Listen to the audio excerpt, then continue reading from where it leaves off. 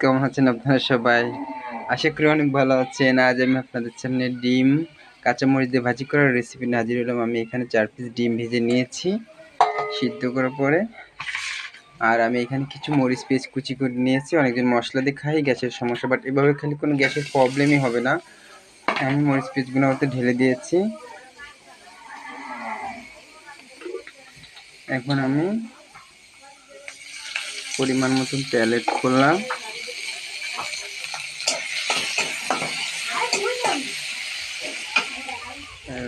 আমার দেখেন এখানে কিছু আদা রসুন পেঁয়াজ ছিল, বাট আমি এটা দিয়ে দিয়েছি।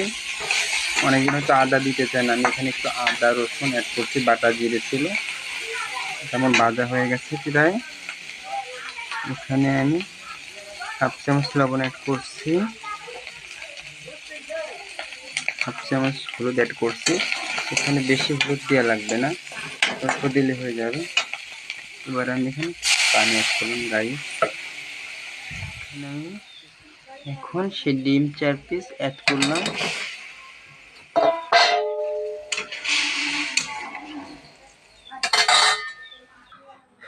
গাইস আমার রান্নাটা হয়ে গেছে। আমাদের বাড়ি অনেক আজুরি পেশাল পারতেছে, বাট আমি এই জন্য তাড়াতাড়ি ভিডিওটা এখন ছেড়ে দিচ্ছি। গাইস এরকমই রান্না করবেন, দেখেন মাখা মশলা কাঁচা পেঁয়াজ মরিচ রসুন দিয়ে রান্নাটা। বাট এটার গ্যাস একটু খুবই কম হবে, কারণ আমি যেভাবে রান্নাটা করছি টিপস আপনারা এভাবে ফলো করে রান্নাটা করবেন। গাইস অনেক সুস্বাদু একটা খাবার, ডিম রান্নার রেসিপি। ওকে গাইস, ভালো থাকেন, আল্লাহ হাফেজ। আমি যেন নতুন ভিডিও